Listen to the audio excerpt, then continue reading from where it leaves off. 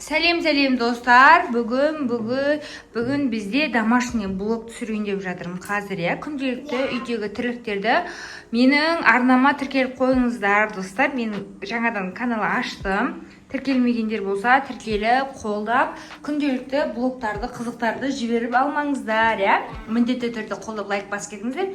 Қазір бізде мен жақта тамақ істеп жатырмын. Гарнирге бізде осындай гречка, и потом қасына бізде күріш болады. Милана ондай тамақ жемеймін дейді, сүт ішемін дейді, жемеймін дейді. Жемейсің ба? Сүт ішесің ба? Ауылдан сүт алып келгенбіз. Так, бір сүтті алып Миланаға пісіріп берейін. Милана бізде сүт жақсы көреді. Ішесің ба? Бұны біз пісіруіміз керек. Пісіруім керек қазір. Ыдыстарды мына жаққа салып қойған, жуып барлығын. Так, Миланаға сүт пісіріп береміз қазір. Едена, сен ішесің ба сүт? Жоқ. Ішпейсің ба? Давайте. Тамақ жейсің ба? Қазір Миланаға сүт пісіріп береміз. Көбірек пісіріп қойын. Достар, кім сүт жақсы көреді, кім сүт ішеді, жазып кетіңіздер. Қазір и бізде осы жақта ет лақтырылып пісірді. Күшті болып. Милана бізде тақпақ айтамын дейді. Қандай тақпақ айтып жатсың, Милана?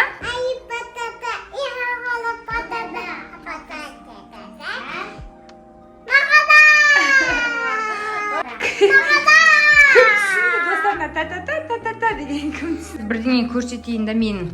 Мынаны қараңыздар. Мен мынаның орнына, гашокқа, гүлдің орнына осындай көкпияз егіп қойғам. Алдында ауылға кеткенде егіп кеткем, кәдімгідей өсіп егіп қапты. Қазір осыған кішкене су құйып қоюымыз керек, потому что мынаның топырағы деген құрғап кетіпті. Мынаның топырағы кішкене құрғап кетті. И бізде мына жақта біреуі кішкене алмапты. Мына біреуі. Екеуінде көкпияз кәдімгідей өсіп тұр. Гашогын үлкейтіп, мынаған топырақ қосуымыз керек. Топырағы кішкентай ғана болып қапты. Қазір осыған су құяйық. Қазір.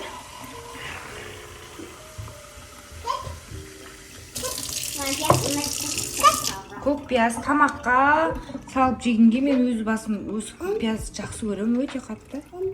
Су құйып қояйық. Ішіне топырақ салуымыз керек.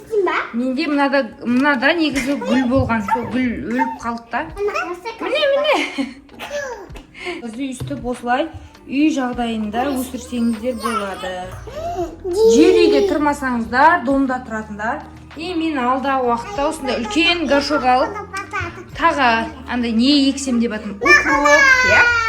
Укроп, петрушка. Бірақ мен петрушка деген нәрсені жақсы көрмеймін, сондықтан укроппен көкпиязды осылай горшокқа отырғызып өсіретін боламыз. Балконға шығарып қоямыз. Балконда кішкене салқын жерде күшті болып тұра береді.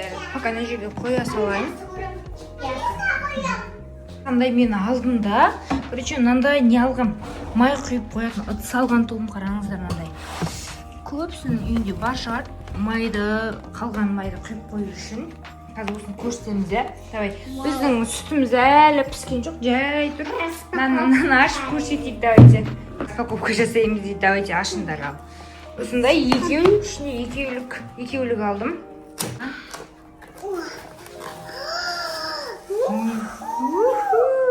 Ол басында крышкасы ғой. Қазір салып көрсетеміз қазір. Аха, басында мындай несіне тұратын бутылкада. Қараңыздар достар, күшті екен мынаның несі. Соған кигісіп қой. Екеу.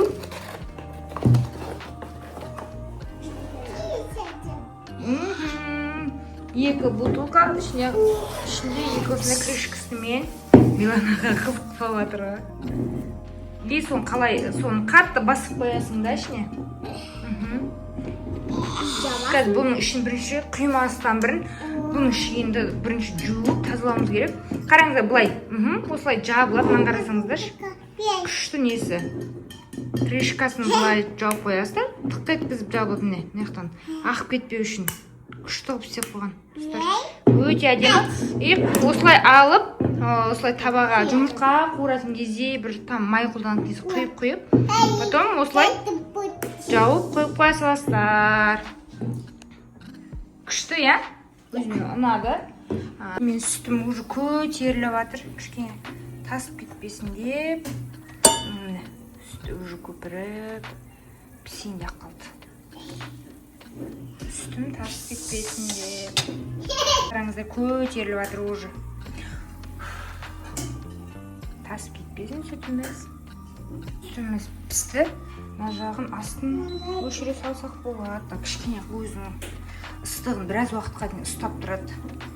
Болды, көрдіңіздер ме? Мына жақта өшіргенмен мынау кәдімгідей пісіп тұр, қайнап. Көтеріліп кеп жатырмын, тағы да қараңыздар. Қазір суысын. Ішіне сонда да құйып қояйын. Медина, саған да құяйын ба? Ішпейсің ба? Сен тамақ жейсің ба? Миланаға толтырып бір пиала. Тамақ жемеймін.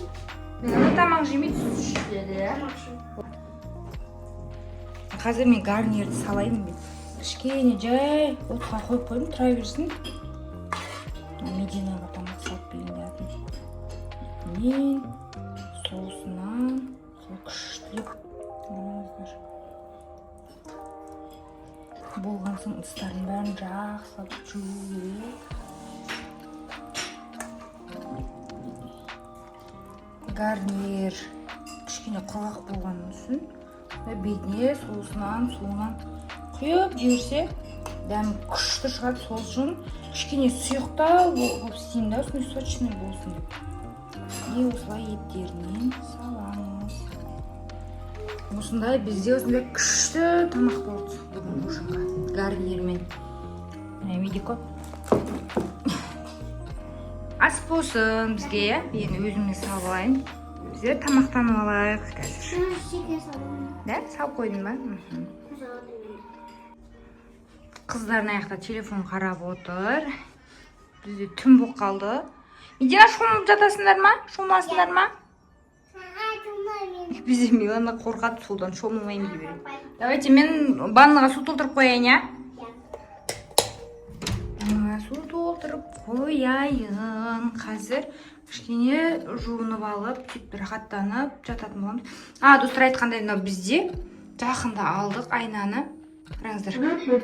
Осылай бізде сағатты көрсетіп тұр. Bluetoothпен жұмыс жасайды. Мына жақта Милананың телефоны қосылып кетті.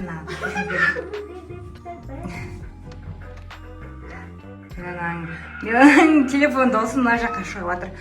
Bluetoothпен музыка қоссаңыз да болады.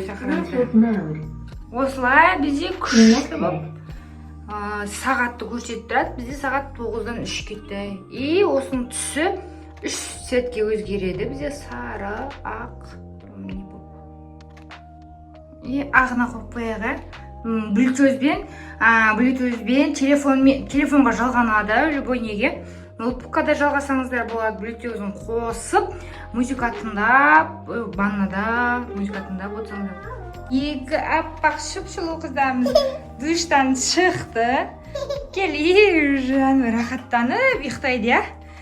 Қазір не жаққа отыра тұрыңдар. Қазір шаштарымды кептіріп, изяндарымды аппақ болды. Киімдерін кигізіп, құлақтарын тазалап, шаштарын кептіреміз енді, я? Қазір мамасы осы Оллиның жасыл спрейін иісі күшті. Қазір осын жақып беретін болам. Бірінші Милананың шашын кептірей, я? Бірінші Милананың шашын кептірей, я? Бізде Милананың шашы уже почти кепте қалды. Арт қара шашын қараңыздар. Бізде Милананың шашы өте сирек, кішкентай жұп-жұқа. Қараңыздар, достар, нені Оллиның масласын жаққан екен, осылай шаш күшті жылтырайды. Иісі де өте керемет. Кімнің мамасы қолданады, кімде бар, жазып кетіңіздер, иісін білетіндер болса, сіздерге соны алып қолдануға кеңес берейін, достар. Иісі де күшті. Қараңыздар, Милананың шашы қандай болып қалды. Кел маған қара, Милана. Милананың шашы сирек, тез кебет. Қарашқан. Болды, сен телефон көріп жата тұр, я? Енді бізде кезекте Медина. Медина артқа қараш. Қазір до и после аламыз. Артқа қара. Достар, қараңыздар, Мединаның шашы қазір. Достар, міне Мединаның шашы қазір су болып тұр. Қазір после көрсетем. Ана осы олейнің масласын жағып, кептіріп қазір. Послесін түсіретін боламын. Қазір кептіріп алайын, я. Финнің дауысы өте қатты шығады. Қазір бірінші кептіріп, сосын барып көрсетемін. Достар, қараңыздар, қандай жылтырап күшті болды шашы, қараңыздар. Тұр, Мединаның шашы өте ұзын, артыр тағы да. Достар, қараңыздар, Мединаның шашының ұзындығын. Медина кән қара. Әне, біздің қыз жібек, я? Жаныңа қарашқан. Шашы болған кезде аса қатты байқалмайды, но бірақ біздің Мединаның шашы өте ұзын. Артқа қара. Жаным красавица. Шашын өсірем дейді. Шашын өсіріп атық, әне. Осы енді осы жылда біздің Медина мектепке барады, я? Достар, бүгінгі осымен біздің блог видеомыз аяқтайық. Сіздерге күнделікті осындай үйдегі блогтарды салайық па жоқ па комментке жазып кетіңіздер. Сіздерге осындай блог ұнай ма жоқ па комментке жазып кетіңіздер, я, достар, я? Сіздерге ұнаса күнделікті осындай үйдегі вайбтағы блогтарды түсіруге тырысамыз. Пікірлеріңізді міндетті түрде жазып кетіңіздер. Және де осы арнаға міндетті түрде тіркеліп, лайктарыңызды басып қолдап қойыңыздар, я? Келесі видеода кездескенше сау болыңыздар.